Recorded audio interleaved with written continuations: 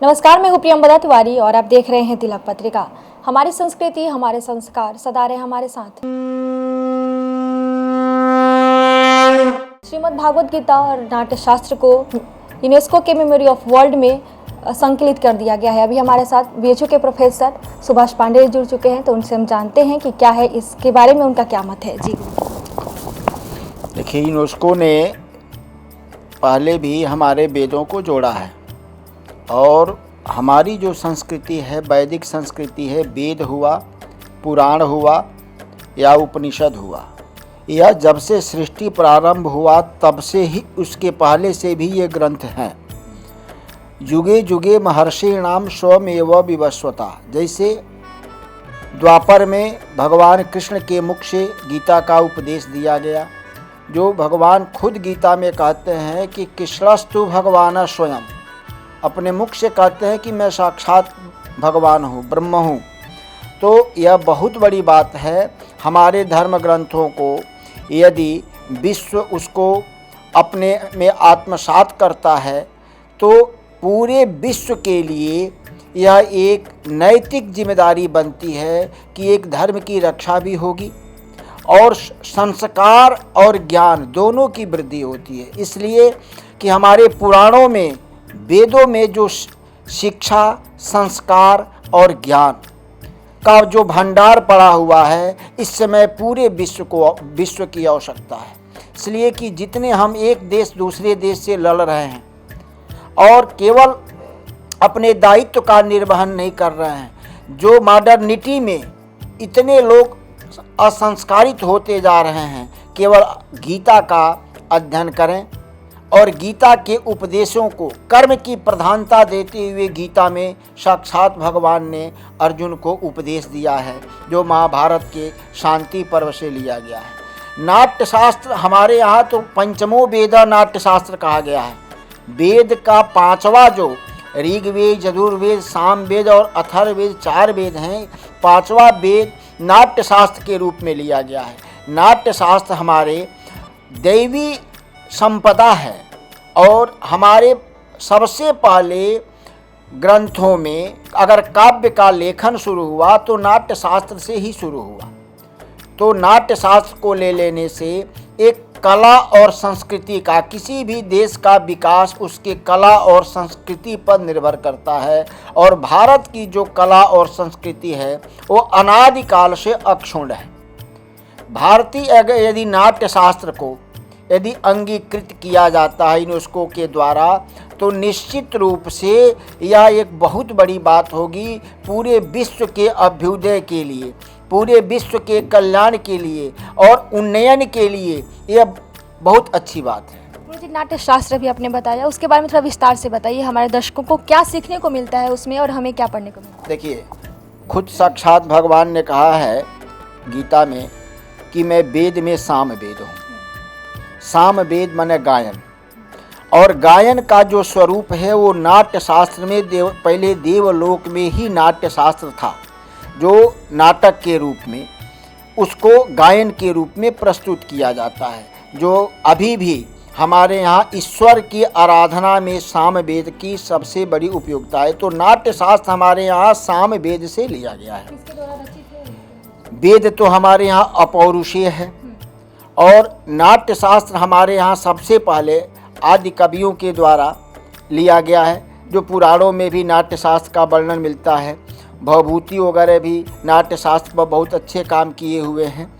भारतीय जो साहित्य परंपरा है, जो हमारे वेदांग है, वेद के 6 अंग हैं, जिसमें शिक्षा, कल्प, व्याकरण, ज्योतिष, निरुक्त, छंद इत्यादि जो शास्त्र है, वो जो नाट्य शास्त्र है वो वेदांग होते हुए भी पंचम वेद उसको कहा गया है। नाट्य शास्त्र में पहले देवलोक में गंधर्वों के द्वारा होता था, धीरे धीरे वो भूतल पर देवताओं के द्वारा रचित ग्रंथों को हमारे उपनिषदों के द्वारा यहाँ पृथ्वी पर आया और सबसे पहले नाट्य शास्त्र का उद्भव होता है, जो वेद से कम प्रासंगिक नहीं है। भगवान को बुलाने में, भगवान के अर्चन करने में, जैसे ऋग्वेद है, सामवेद है, अथर्ववेद है, ईश्वर अर्चना के लिए, तो एक नाट्य शास्त्र के द्वारा भी परमेश्वर को अंगीकृत करने का, लुभाने का एक हमारे यहाँ वेदोक्त शास्त्र है। श्रीमद् भागवत गीता से हमें क्या सीखने को मिलती है जो आज की युवा पीढ़ी डिप्रेशन में चली जाती है, बहुत ही जल्दी हताश हो जाती है, उसके लिए आप क्या कहना चाहते हैं? श्रीमद् भागवत गीता एक कोई ग्रंथ नहीं है, वो तो एक चिंतन है और हर घर में श्रीमद् भागवत गीता होना चाहिए। हम तो सभी लोगों से कहते हैं कि बच्चों को कोई भी विषय पढ़ाइए, आप इंजीनियर बनाइए, डॉक्टर बनाइए या अन्य क्षेत्र में बनाइए, लेकिन गीता का उपदेश या गीता का ज्ञान परम आवश्यक है। बच्चों को धन मन दीजिए ठीक है, लेकिन जो संस्कार देने में भी यदि व्यक्ति चूक करता है तो कई पीढ़ियों तक उसका प्रायश्चित करना पड़ेगा। इसीलिए गीता एक ऐसा ग्रंथ है जो केवल कर्म के प्रति व्यक्ति को समर्पित करता है कि तुम कर्म करो। और कर्म क्या है? संस्कार युक्त कर्म करना। कर्म कई एक सकर्म होता है, एक अकर्म होता है। तो जो संस्कार युक्त जो व्यक्ति कर्म करता है, केवल भगवान कृष्ण ने तो एक अर्जुन को जो गीता का उपदेश दिया वो केवल अर्जुन के लिए नहीं दिया, ये पूरे विश्व के लिए दिया और वह सबको आत्मसात करना चाहिए। गीता एक ऐसा ग्रंथ है जिस केवल घर में रखने की चीज़ नहीं है। प्रतिदिन अगर 2-2 श्लोक भी बच्चे केवल उसकी हिंदी टीका, अंग्रेजी टीका, तमिल टीका, कम से कम 150 भाषाओं में उसकी टीका हो चुकी है, तो निश्चित रूप से गीता का ज्ञान सबको परम आवश्यक है। इसलिए कि गीता के ज्ञान से गीता एक जीने का ढंग सिखाता है। परिवार में अगर गीता का ज्ञान है तो व्यक्ति को किसी भी प्रकार का मानसिक अवसाद नहीं होगा।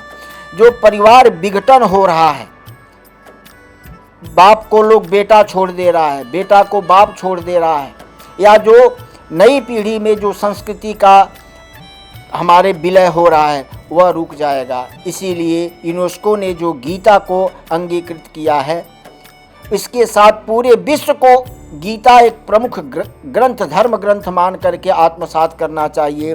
और सभी भाषाओं में गीता का अनुवाद है। किसी भी देश में अगर उस गीता के माध्यम से अगर ज्ञान प्राप्त होता है तो वह व्यक्ति निश्चित रूप से सभी प्रकार के कष्टों से उसकी मुक्ति मिल जाएगी। पीएम नरेंद्र मोदी ने भी इसको लेकर देशवासियों को बधाई दी है, आप क्या कहना चाहते हैं? देखिए, हमारे इस समय बड़े गौरव की बात है कि जो देश का प्रधानमंत्री है वो एक धार्मिक आध्यात्मिक आदमी है, जो विदेश में भी जा कर के अगर किसी राष्ट्रपति को गीता भेंट करता है, भले वो चीन हो या अमेरिका हो, वह व्यक्ति चाहता तो बहुत कुछ कर सकता था, लेकिन नरेंद्र मोदी जी को यह मालूम है कि गीता से बड़ा कोई ब्रह्मवाक्य नहीं है, उससे बड़ा कोई शब्द नहीं है, उससे बड़ा कोई ज्ञान नहीं है। तो अगर विश्व को शांति का उपदेश देना है और सामंजस्य पूर्वक अगर विश्व का उन्नयन करना है तो गीता परम आवश्यक है। इसलिए कि गीता एक ऐसी ग्रंथ है कि जिसके पढ़ने से पूरा विश्व बंधुत्व की भावना उसमें समाहित हो जाती है। जो आज 2 मुख्य ग्रंथ जो भारतीय अध्यात्म के प्राण हैं, हमारी जो संस्कृत वाङ्मय है, इसके ये दोनों बड़ी ही मुख्य अंग हैं, जिनको आज धरोहर, विश्व धरोहर के रूप में सम्मानित किया गया, स्थान दिया गया है, रजिस्टर्ड किया गया है। हम सारे संस्कृत वाङ्मय के लोग, पूरे देश के लोग जो इस विषय को मानते हैं कि भगवत गीता का जो ज्ञान, भगवत गीता की जो सोच है, भगवत गीता का जो वैशिष्ट्य है, वो मानव जीवन को कृतार्थ करने वाला है। इसी प्रकार जो नाट्य शास्त्र भरत मुनि द्वारा विरचित है, इसकी ख्याति आप देखें। आज जितने पर्दे पे आप जो चीजें देख रहे हैं मीडिया के सामने, चाहे वो प्रस्तुति हो, नाट्य हो, अभिनय हो, गीत हो, ताल की बात हो, लय की बात हो, सुरों की बात हो, 7 सुरों की बात हो, हर चीज उसमें है। और जितने आप पुराने कलाकार देखें वो सारे नाट्य की विधा से कहीं न कहीं परिलक्षित है। तो ऐसे में बहुत खुशी है, हम बहुत उत्साहित हैं कि विश्व धरोहर के रूप में इन हमारे दो प्रमुख ग्रंथों को यूनेस्को के memory of the world registered के द्वारा इसे सम्मानित किया गया। जी, इसके बारे में तो आपने बता दिया भारतनाट्यम जो है नाट्य शास्त्र क्या होता है, और बताइए कि हमें जो हमारे जो पीढ़ी है, जो जनरेशन है हमारी आने वाली, उनकी क्या प्रभाव पड़ेगा इसको? देखिए, नाट्य शास्त्र सामान्य नहीं है, भरत मुनि के द्वारा 36-37 अध्याय का किताब है और इसको लोग ईसा पूर्व स्वीकार करते हैं, 100 ईसा पूर्व 100 वर्ष से और पीछे। इसमें पूरे नाट्य की जो प्रविधि है, नाट्य शास्त्र के जो नियम है, रंगमंच कैसा हो, मंडप कैसा हो, और यही नहीं केवल उसमें साज सज्जा ताल लय गीत की बात नहीं, जो अभिनय करता है उसमें कौन कौन से गुण होनी चाहिए, कैसे वह जाकर के प्रदर्शन कर सकता है।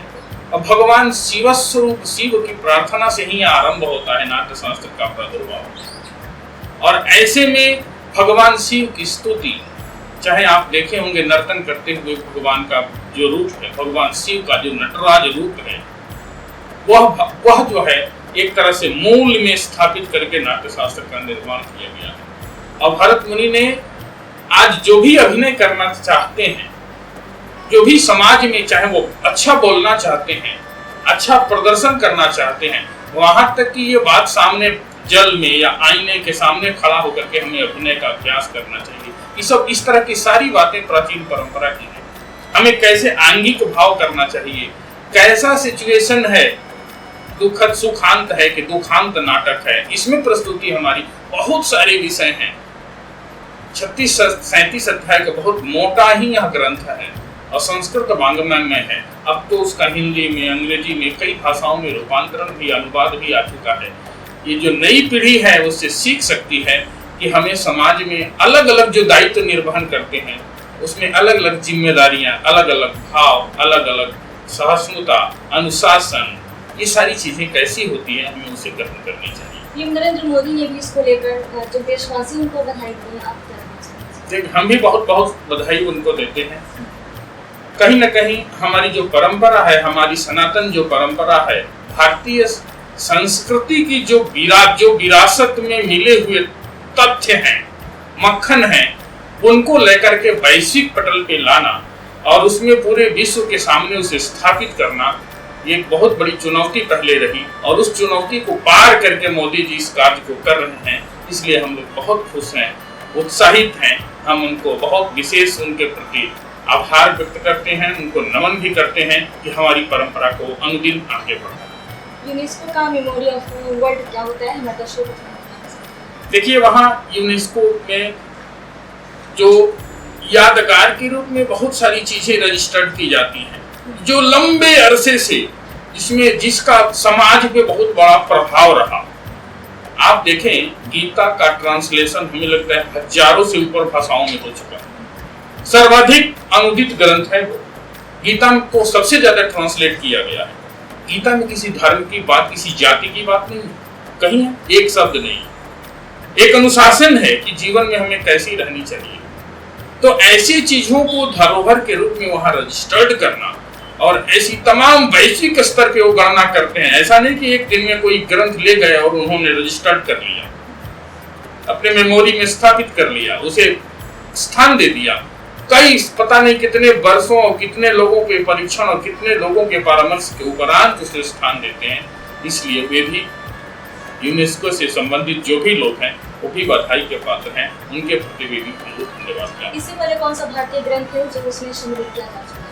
देखिए, इसके पहले हम लोग जितना जानते हैं मुख्य रूप से भारत के बड़ी कम ग्रंथों को उसमें सम्मिलित किया गया है। गीता की बात तो बहुतों जगह है, केवल यूनेस्को की बात नहीं है। मेमोरी ऑफ द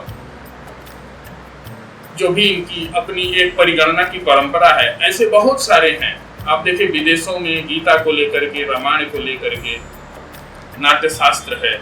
बहुत सारी ऐसी प्रविधि, बहुत सारे हमारे वेदों के ऊपर देखिए, वेद की ऋचाओं के ऊपर, वेद के मंत्रों के ऊपर जो अनुदिन कार्य हो रहे हैं। लेकिन इस तरह का जब संरक्षण मिलता है, ऐसे जब ग्रंथों को विश्व धरोहर के रूप में स्थापित करते हैं तो कहीं ना कहीं पूरा वैश्विक चिंतन होता है। केवल देश के लोग नहीं, पूरे विश्व स्तर के लोग उसमें देखना चाहते हैं और आने वाली पीढ़ी उससे देख करके जो मानव हिताय जितने भी कार्य हैं उसमें अग्रसर होगी। इसलिए ये सभी बधाई की बात है। मुझे श्रीमद् भागवत गीता जो है हमें क्या उसे सीखना चाहिए और हमारे समाज को उसका क्या है? देखिए, भगवत गीता सामान्य नहीं है, 18 अध्याय की, और युद्ध के दौरान आप जानते हैं द्वापर के अंत के करीब करीब का यह महाभारत का काल है। और ऐसी परिस्थिति में जब किंग सबसे बड़ा धनुर्धर, सबसे बड़ा शक्तिशाली व्यक्ति किंग कर्तव्य विमूढ़ हो चुका है, नहीं मैं युद्ध नहीं करूंगा। अब आप सोचिए, जिसके भरोसे युद्ध का पूरा प्लान तैयार किया गया है और उसमें वो चीजें निगेटिविटी, नकारात्मकता आ जाना कि नहीं मैं नहीं करूंगा। और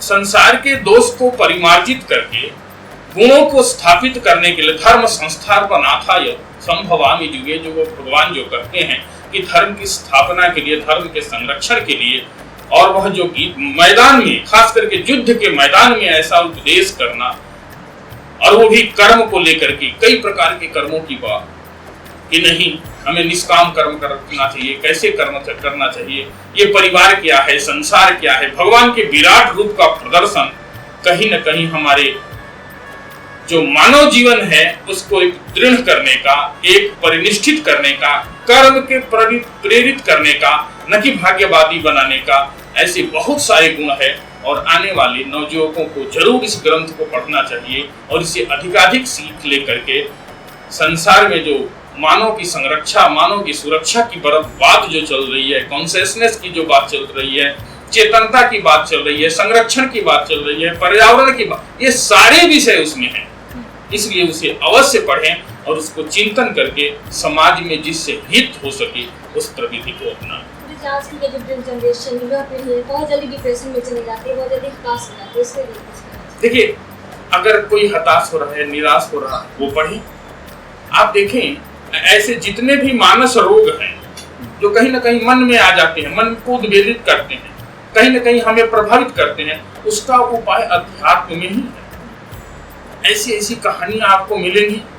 हर बड़े वैज्ञानिक के पीछे देखिए, पता लगा कि कोई एक कहानी पौराणिक आख्यान है या वैदिक आख्यान है या जो हमारे श्रुति परंपरा में है, कहीं ना कहीं किसी से सीखा, सुना और उसी दिशा में चल दिया। तो ये जो आख्यान है, ये जो कहीं ना कहीं हमारे जो प्रसंग हैं, हमारे भगवत गीता के, महाभारत के, रामायण के, रामचरितमानस की चौपाई को आप लीजिए, एक छोटी सी चौपाई मानव जीवन को कहां से कहां लेके चली जाती है। तो इसलिए इन सारे सबके सापेक्ष आप देखें तो हमें अधिकाधिक इसमें रुचि लेनी चाहिए। तो हमारे स्ट्रेस मैनेजमेंट और रोग जो आज छोटे से कम समय में ज्यादा पाने की ललक है, इसी में तो ये सारी गड़बड़ियां, समाज में विकृतियां जो हो रही है, ये सब ठीक हो जाएंगी और हम सुचारू रूप से मानव होने के साथ साथ समाज का एक भला भी कर सकते हैं। श्रीमद् भागवत गीता का कोई श्लोक आप सुनाना चाहेंगे? अब श्रीमद् भागवत में तो देखिए बहुत सारे श्लोक हैं। भगवान आदि से लेकर के अंत तक वो पूरा लक्ष्य पर 1 लाख का श्लोक है। और खास करके मैं ज्योतिष का विद्यार्थी हूँ, इसलिए ये हम लोगों को भी पढ़ना पड़ता है पारंपरिक रूप में। तो मैं चाहूंगा कि अधिकृत जो विद्वान है वो ज्यादा पढ़े, ज्यादा इसको पुराण शास्त्र के विद्वानों से इससे आप मिलें तो हमसे अच्छा और उत्तरोत्तर इस विषय को भी बता सकते। श्रीमद् भगवत गीता और भरत मुनि के नाट्य शास्त्र की पांडुलिपियों को यूनेस्को के memory of the world register में अंकित किया गया है। इससे पहले 2007 में ऋग्वेद को भी इसमें संकलित किया गया था। यह एक वैश्विक सम्मान है क्योंकि भारत के अब 14 भी लेख इस अंतर्राष्ट्रीय स्तर पर मान्यता प्राप्त सूची में शामिल हो गए हैं। तो आप भी अपने धर्म को समझिए, अपने जो धर्म ग्रंथ है उनको आप जरूर पढ़ें। जो आज के युवा पीढ़ी है उसको श्रीमद् भागवत गीता पढ़ने की बहुत ज़्यादा ज़रूरत है, क्योंकि अगर आप डिप्रेशन में जा चुके हैं या किसी काम को लेकर हताश हैं, अगर आपकी काम नहीं हो रही है तो आपको जो श्रीमद् भागवत गीता है जरूर पढ़नी चाहिए। कैमरा पर संदीपक गुप्ता के साथ में प्रियंवदा तिवारी, देखते रहिए तिलक पत्रिका।